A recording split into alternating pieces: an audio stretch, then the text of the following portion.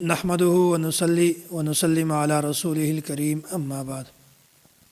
پنن مجلس کې د دومې سپاره مکمله خلاصه ان شاء الله بیانو.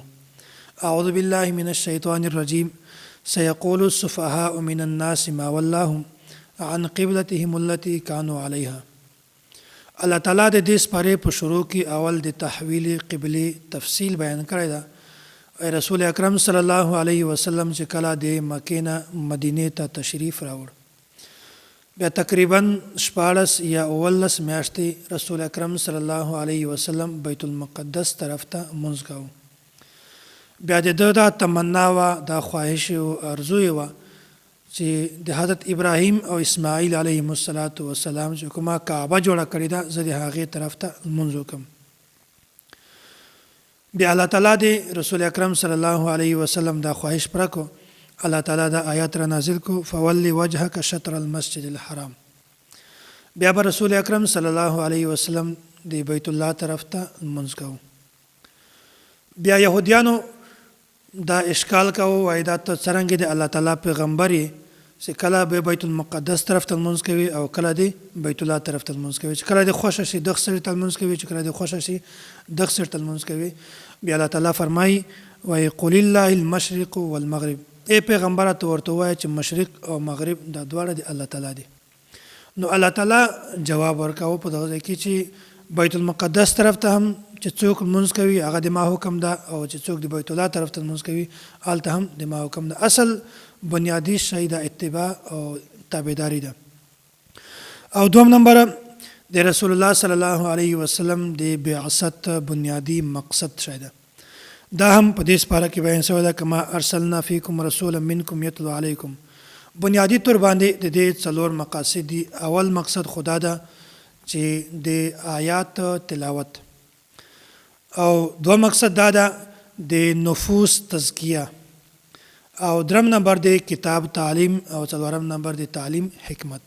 په دې ځای کې بنیادی طور باندې دغه څلور بنیادی حکمتونه دي د بعثت مقصد ده. او دینه بعد الله تعالی فرمای ان الصفا والمروه من شعائر الله. د جاهلیت په زمانہ کې په صفا او مروه باندې خلکو بوتان جوړ کړي وو، یې شو. بیا مسلمانانو به هم د صفا او د مروه طواف نه کوه، سعی به نه کوله.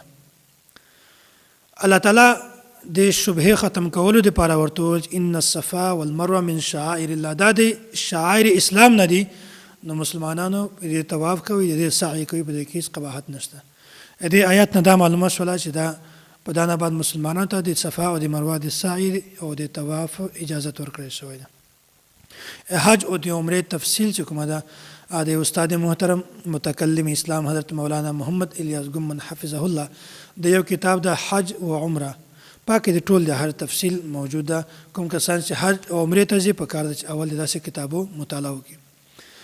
او درم نمبر الله تعالی د څلورو شیزونو حرمت بیان کړی ده. انما حرم علیکم المیتة والدم ولحم الخنزیر وما اهل به لغیر الله. مشرکینو به بعضې شیونه د خپل ځان لپاره حلالول او بعضې شیزونه به د خپل ځان لپاره حلالول، خپل اختیار به چلاو. الله تعالی فرمایي وای نه، خپل اختیار نه چلیږي، بلکې کوم شی چې ما دا تاسو ته حلال کړی ده حلال ده، او کوم شی چې ما حرام کړی ده هغه حرام ده. په دې ځای کې څلور شیزونو تذکره ده. اول خو مردار، او دوم نمبر بیونکي وینه، او درم نمبر مردار زناور، او څلورم نمبر هغه زناور چې هغه د غیر الله په نام باندې ذبح شي. دې څلورو د حراموالي تذکره هم دلته بیان شوې ده. او مخکې بیا الله تعالی د قصاص تذکره بیانوي. ولکم فی القصاص حیات یا اولی الالباب لعلکم تتقون. په دې ځای کې الله تعالی د قصاص تفصیل بیان کړی ده. وایي که څوک د قصاص په مسله باندې په صحیح طریقه عمل وکړي، بیا په دې وخت کې قاتل هم بچ کېږي، مقتول هم بچ کېږي. څرنګه؟ ځکه چې کوم یو قاتل د خپل سزا یقین وکړي، کوم یو قاتل ته د خپل سزا یقین وشي چې که ما دا کار وکړو ما ته به دا سزا میلاویږي، او په دې وخت کې قاتل دغه کار نه ځان منع کوي. بیا په دې وخت کې قاتل غواړي چې زه دا قتل نه وکړم ځکه چې که ما چېرته دا قتل وکړو بیا به زه هم قتل کېږم قصاصا دې وجې نه قاتل هم بچ کېږي او مقتول دا دواړه بچ کېږي. په دې نه بعد د روزې فرضیت خبره ده. یا ایها الذین آمنوا کتب علیکم الصیام کما کتب علی الذین من قبلکم لعلکم تتقون. دلته د روزې د فرضیت احکام او مسائل الله تعالی بیان کړي دي. وای روزه چې کومه ده دا په تاسې باندې فرض شوې ده. د رمضان مبارک په میاشت کې دا روزه په موږ تاسې باندې فرض ده. او د اسلام چې کوم بنیادی ارکان دي په هغو ارکانو کې یو رکن روزه هم ده. او دا روزه چې کومه ده دا لکه څرنګه چې په دغه امت باندې فرض ده داسې په نورو ټولو امتو باندې هم فرض وه، خو د روزو نیولو فرق و. بهرحال روزه چې کومه ده دا بنیادی طور باندې په هر امت باندې فرض وه. او روزه چې کومه ده دا د سهار نه ونیسه، صبح صادق نه ونیسه، غروب آفتاب پورې د روزې د نیت سره د خوراک نه، د اسکاک نه او داسې د جنسي خواهشاتو نه، د جما نه ځان بچ کولو نوم روزه ده. او که څوک د غروب آفتاب نه یو منټ مخته هم روزه ماته کړي دغه سړي روزه کله نه قبلېږي، دغه سړي روزه بالکل ضایع شوله. او بیا د روزه ماتې سړي دعا د الله تعالی خامخا قبلوي. دا د یغو وختونه یو وخت چې الله تعالی فرمایلی دی وای په دې وخت کې زه د هر انسان دعا قبلوم. انسان په خپل نفس باندې قابو ساتي، هغه ته مخته خوراک شوي، سکاک ول سامان وي او هر قسم د خوند ول شیزونه شوي، خدای صرف د الله تعالی د حکم اتباع کوي. الله تعالی حکم کوي چې بس اوس ماښام شو، اذان وشو، وخت داخل شو، بس خوره. اصل مقصود د الله تعالی د حکم اتباع ده. او بیا کوم یو کس دا کوي چې روزې زیاتې نیسي، بیا دا سړی د تقوا درجې ته ډېر زر رسېږي. که کوم یو سړی دا غواړي چې زه د متقي جوړ شم، د تقوا بنیاد سټیج ته دې ورسېږم، بیا د هغه سړی په کثرت سره روزې نیسي. او کوم یو کس جنسي خواهشات زیات شوي هغه ته هم علما کرام دا لیکلي دي، وایي کوم یو کس چې روزې زیاتې نیسي هغه به جنسي خواهشات ختم کېږي. او داسې د دغه میاشتې دا یو فضیلت بل هم ده. شهر رمضان الذي انزل فيه القرآن هدى للناس وبينات من الهدى والفرقان. د رمضان مبارک په میاشت کې روزې دا فرض دي. او د دې د فرضیت سره سره په دې میاشت کې الله تعالی قرآن کریم هم را نازل کړی دی.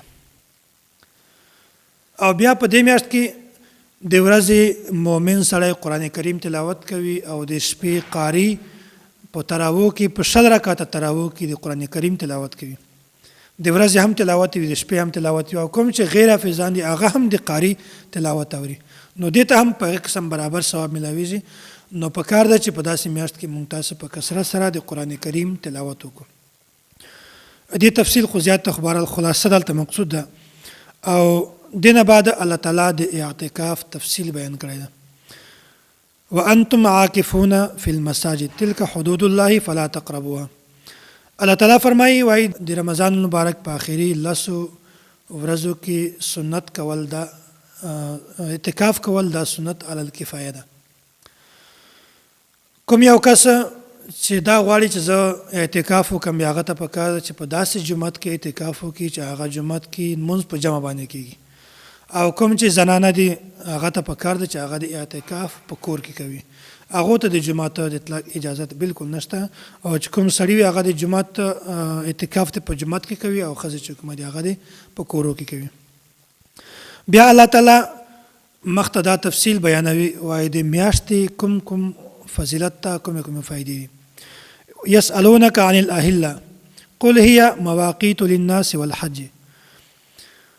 وای په دې کې د میاشتې دومره زیات فضیلت ته اول خو د دې میاشتې فواید دا بیان کړي دي. وای دا ده چې کوم یو سړی حج ته ځي، د حج د تلګ او د راتلګ وخت په دې میاشت باندې پیژندلی شي، دې تعداد په دې باندې مقررولی شي. او داسې کوم یو کس د رمضان مبارک روژې چې نیسي، د رمضان مبارک د میاشتې تعیین هم پې کېږي په دې میاشت باندې، ځکه چې روژه د ټول اسلامي تاریخ مطابق نیسي او حج هم دغسې اسلامي تاریخ مطابق ته، او داسې عدت چې کومه ښځه تېروي هغې هم اسلامي تاریخ په بنیاد باندې هغه دا میعاد او دا وخت مقررولی شي. مخکې الله تعالی د جهاد تفصیل بیان کړی ده، وقاتلوا فی سبیل الله الذین یقاتلونکم ولا تعتدوا ان الله لا يحب المعتدین. الله تعالی فرمایي وای جهاد فرض ده او د جهاد مقصد اعلاء کلمت الله ده او داسې جهاد د قیامت پورې جاری او ساری ده. الجهاد ماض الى یوم القیامه. او دا خبره په ذهن کې کېنوئ چې د شریعت په اصطلاح کې جهاد مقصد ده هغه قتال فی سبیل الله ده. او کچیرته په یو بل حکم شرعي باندې د جهاد لفظ صادق راشي د هغه نه مراد لغت ته د شریعت اصطلاح نه ده. داسې ډېر شیزونه دي چې هغه ته د هغه باره کې د جهاد ول لفظ استعمال شوی ده، خو هغه لغوي معنی به موږ د جهاد ولی استعمالوو. په د شریعت په اصطلاح کې صرف جهاد قتال فی سبیل الله ته وایي، بل شي ته جهاد نه وایي. د مجاهدینو خو ډېر زیات فضایل دي، خو دلته خلاصه بیانول دا مقصود دي.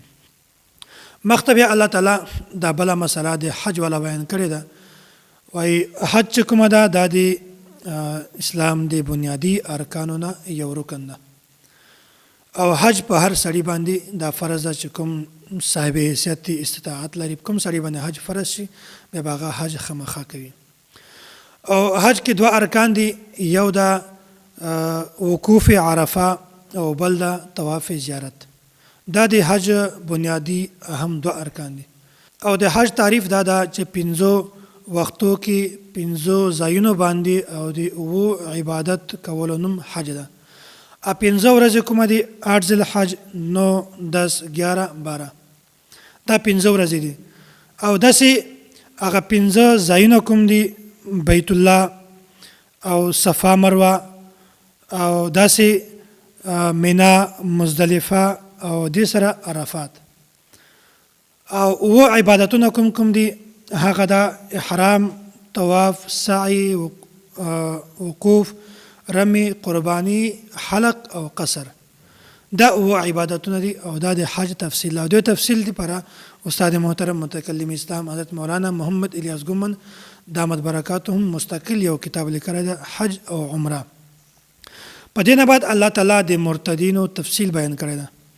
وایي کوم یو کس چې مؤمن وي او بیا د اسلام پرېږدي مرتد شي، د سمجاو کولو باوجود، د پویولو باوجود که دی بیا هم اسلام ته نه راوړي، دی بیا واپس وړي، دا سړی مرتد ده او د ده ټول نیک اعمال ده ختم شو او دا سړی مستحق د جهنم ده. او د مرتد باره کې دا یوه خبره هم په ذهن کې کېنوئ چې کوم یو سړی مرتد شي هغه ته سزا ورکول دا د هر انسان کار نه ده. دا د هر انسان کار نه ده چې یو کس راشي، یو کس وویني دا مرتد ده، بس دا په ګولۍ باندې ووله، قتل یې که، مړ یې که، دا سړی دا په وکړه، مړ یې که. نه، دا د وقت چې کوم حکومت ته د یخ کار ده. که یخ ته کومه سزا ورکوي هغه د یغ اختیار ده، خو د هر انسان اختیار ده نه ده چې هغه سړی مرتد قتل کړي. مخته الله تعالی د حیض په حالت کې د جما کولو تفصیل دا مسله بیان کړې ده. وایي کومې ښځې ته چې هره میاشت کې وینه راځي هغې ته حیض وایي. د تفصیل الله تعالی په دې آیت کې دا بیان کړی ده. ويسألونك عن المحیض قل هو اذن فاعتزلوا النساء في المحیض ولا تقربوهن. کومې ښځې ته چې هره میاشت باندې بیماری راځي هغه ته حیض وایي. د حیض په حالت کې زنانه چې کومه ده هغه لمونځ نشي کولی او هغه چې کومه ده روزې هم نشي نیولی.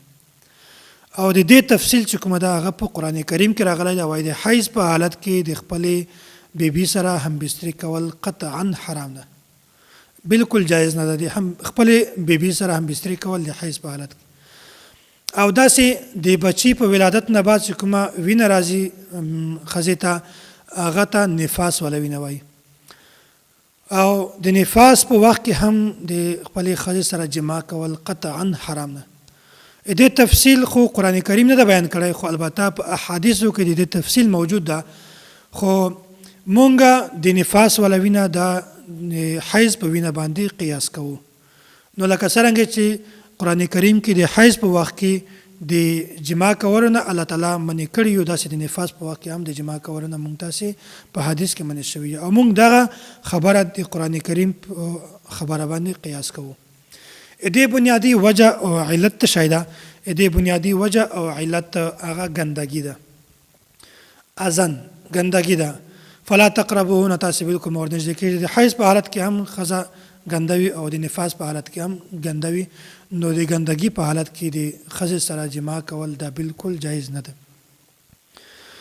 او مخته بیا الله تعالی د طلاق مسله بیان کړې ده والطلاق مرتان فامساک بمعروف او تسریح باحسان دا یو مخته یو واقعه بیان شوی و دا یو هغه ډانسر و بیا هغې ته خپل خاوند 3 طلاق ورکړي و بیا هغه ورغلی و د یو اهل حدیث عالم نه فتوا اخیستې وه چې 3 طلاقه په یو مجلس کې دا یو واقع کېږي 3 نه واقع کېږي دا ډېره غلطه خبره ده حالانکه چې کوم یو سړی خپلې ښځې ته په ما تفصیل بیان کړی و چې دا غلطه خبره ده بلکې چې په یو مجلس کې 3 طلاقه ورکړي یا بالکل ځان ته 3 طلاقه ورکړي په یو لفظ سره وي که په 3 الفاظو سره وي دا 3 طلاقه واقع کېږي یو نه واقع کېږي او د تفصیل واقعه د حضرت عمر رضی الله تعالی عنه د خبرې نه استدلال کړی و نو کوم یو کس چې خپلې ښځې ته یو طلاق ورکړي سری طلاق لفظ سره دا ته طلاق رجعي وایي بیا رجوع کولی شي خو چې کله 3 طلاق ورکړي بیا دا سړی رجوع